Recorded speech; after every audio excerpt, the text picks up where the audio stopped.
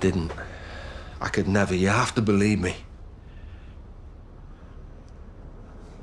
Oh, there was something. Someone. God, I should have told you the moment I knew he'd spoken to Robert. I just didn't think he'd be that vindictive. Like he'd say it to you as well, to blame me. Well, he's blaming you because you did it. I had my suspicions. I could have done more, but I just thought he was okay. I tried to talk to him the other week when he confronted me. Told me he wasn't remembering things right.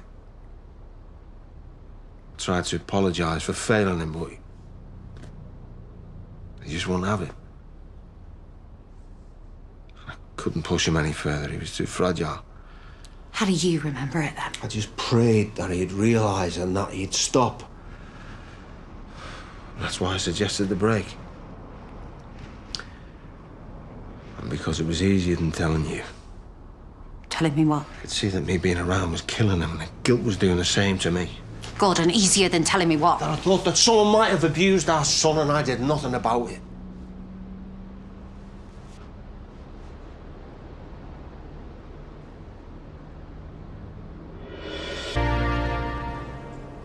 He used to go to this football club, after school thing. He really loved it.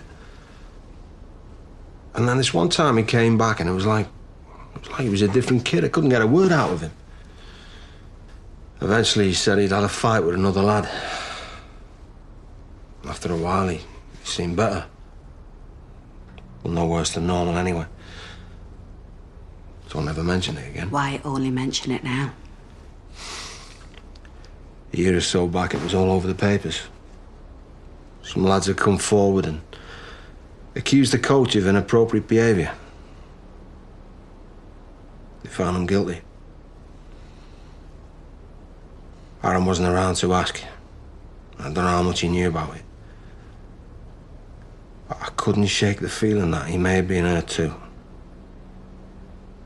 More than once, for all I know.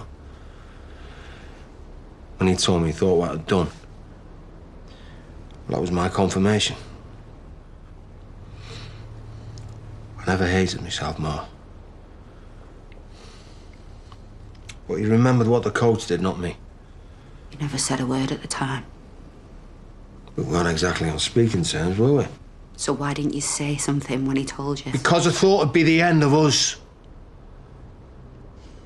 I'm sorry. Look, we'll get him out. Some therapy. Anything. Whatever he needs. I'm sorry that I even came here. He was a lot of things last night. But he wasn't confused. He remembers the rows. Being frightened in his room. The fish and chips you bought him out of guilt. He remembers every single time. He was little when it started, and he was too afraid to fight back. Well, guess who's not afraid to fight back now?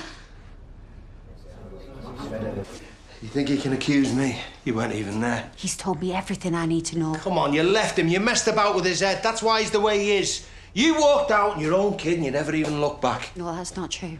You didn't even cheat. You didn't even want somebody else. You just didn't want us. We weren't happy. You thought being on your own was best. Do you realise how humiliating that was? How worthless that made me feel? You were the love of my life. We were a family. You left us like it was nothing. You broke my heart and you broke his. Oh. Do you realise he blamed me for all of it? And I had to live with that.